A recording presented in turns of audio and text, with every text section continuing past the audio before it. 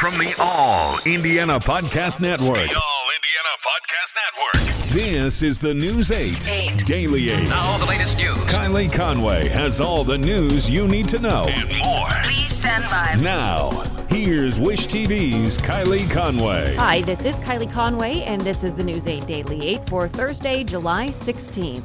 We can't rule out a stray shower or storm before sunset tonight. Expect a partly cloudy sky and cooler conditions overnight with a light breeze, low of 67. The hot and humid trend continues for tomorrow. There is brand new information today on the Department of Natural Resources investigation into the July 4th weekend incident at Lake Monroe. We've heard from Vox Booker that he was the victim of an attempted lynching, but new documents create a much less clear-cut picture of what happened. The document is 68 pages long. In it are numerous interviews from witnesses and reports from DNR officers. But maybe the most interesting thing is on the 5th page, where DNR officers say Vox Booker, Jerry Cox, and Sean Purdy were all victims and suspects of battery in the case. It suggests Booker could also face charges for criminal trespassing. The report lays out interviews with nearly 20 different people, but there are two distinct stories that emerge.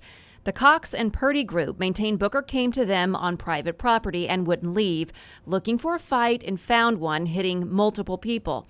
They say there was no talk of a noose or lynching and no yelling epithets.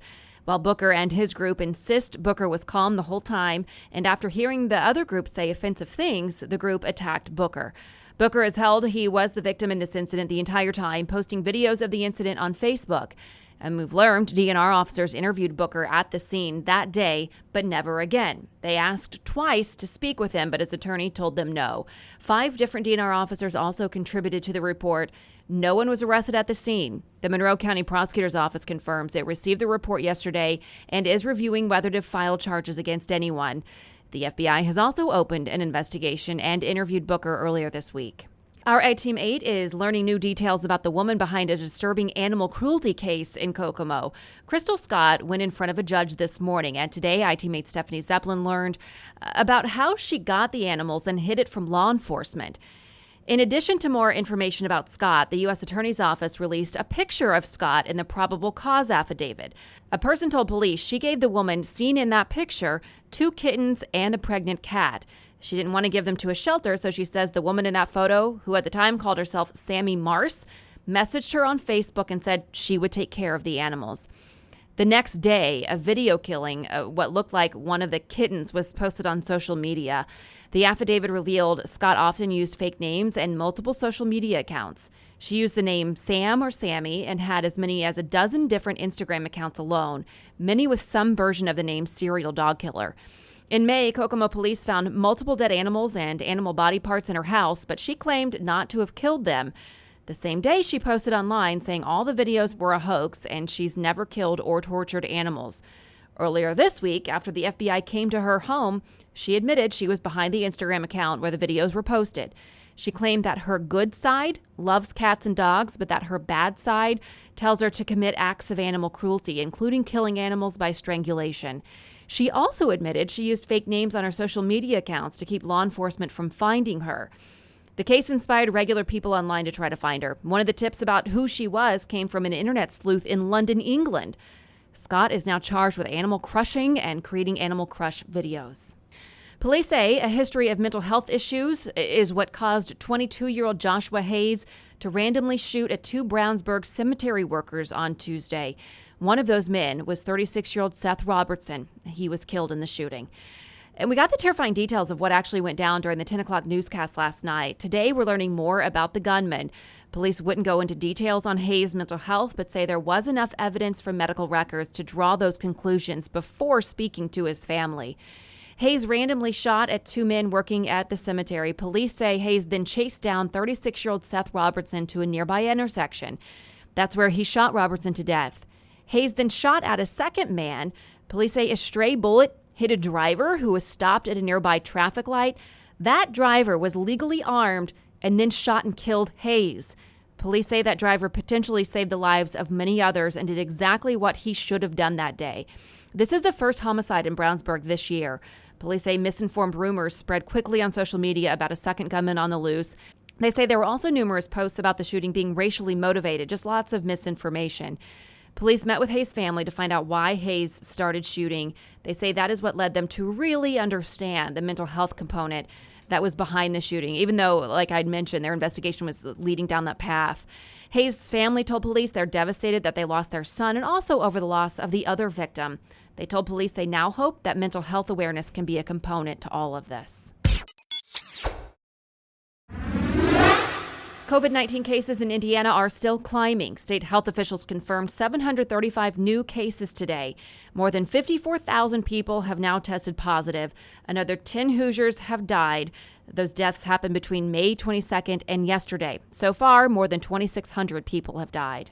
More than 10,000 Hoosiers have applied for rental assistance in Marion County. The program launched Monday. City leaders say because of the high volume, new applications will be put on a waiting list while existing forms are processed. That could last through next week. The program is using $15 million in CARES Act funding. We have more information on how you can apply right now on wishtv.com. You will have to wear a mask at Target and CVS now. CVS announced the rule will start Monday. For Target, it starts August 1st. More than 80% of Target locations already require masks because of local regulations. Now it says it will hand out masks at entrances to those who need them.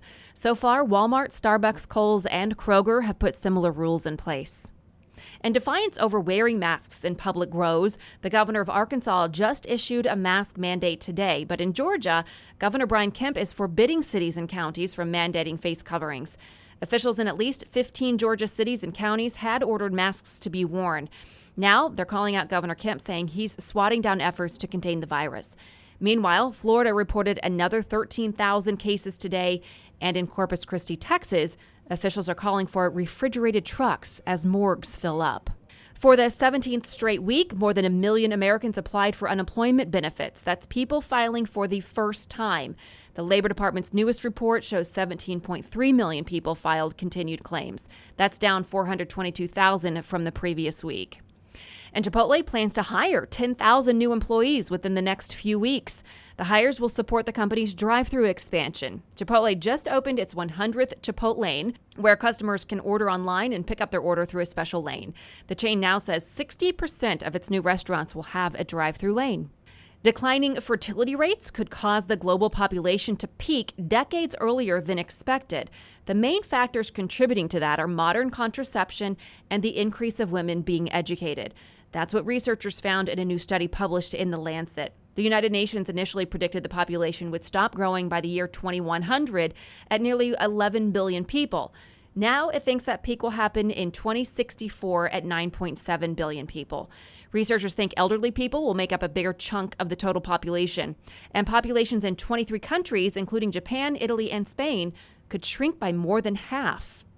2 NASA astronauts successfully completed a spacewalk today. They replaced 6 more outdated batteries on the International Space Station. And tonight, you may be able to catch a glimpse of the station as it flies over Indianapolis. You'll be able to spot the ISS for a little more than 5 minutes. It's best to head outside a few minutes before 10 o'clock tonight in order for your eyes to adjust to the dark and figure out what direction you'll need to look. You'll want to find southwest first and then track a path from southwest, southeast to northeast. The ISS will begin to be visible exactly at 10 p.m. in the southwest sky, about 10 degrees above the horizon. So one easy way to measure a 10-degree angle is to extend your fist out and line it up with the horizon. One fist equals about 10 degrees. If you want to add another 10 degrees, stack your other fist on top to get to 20 degrees, so on and so forth. Around 10:04 p.m., the station will be up to about 80 degrees in the southeast sky. So that's really the angle that you want to catch. So get up 80 degrees and catch it at 10:04. Make sure you're looking in the right spot. The ISS is visible due to the sun reflecting off of it. It won't blink like an airplane, but it will instead look like a bright moving star. NBA star Drew Holiday is donating his remaining 2020 salary to Black-led nonprofits in 3 cities, one of them being Indianapolis. Holiday and his wife, Lauren, pledged $5 million to combating systemic racism. The money will also go to institutions of higher education and small businesses. So why Indianapolis? Well, it's Lauren's hometown. This has been your News 8 Daily 8 for Wish TV. I'm Kylie Conway, online at wishtv.com, and follow us on Facebook when you search Wish TV. Check out more podcasts from the All Indiana Podcast Network now at allindianapodcastnetwork.com. allindianapodcastnetwork.com.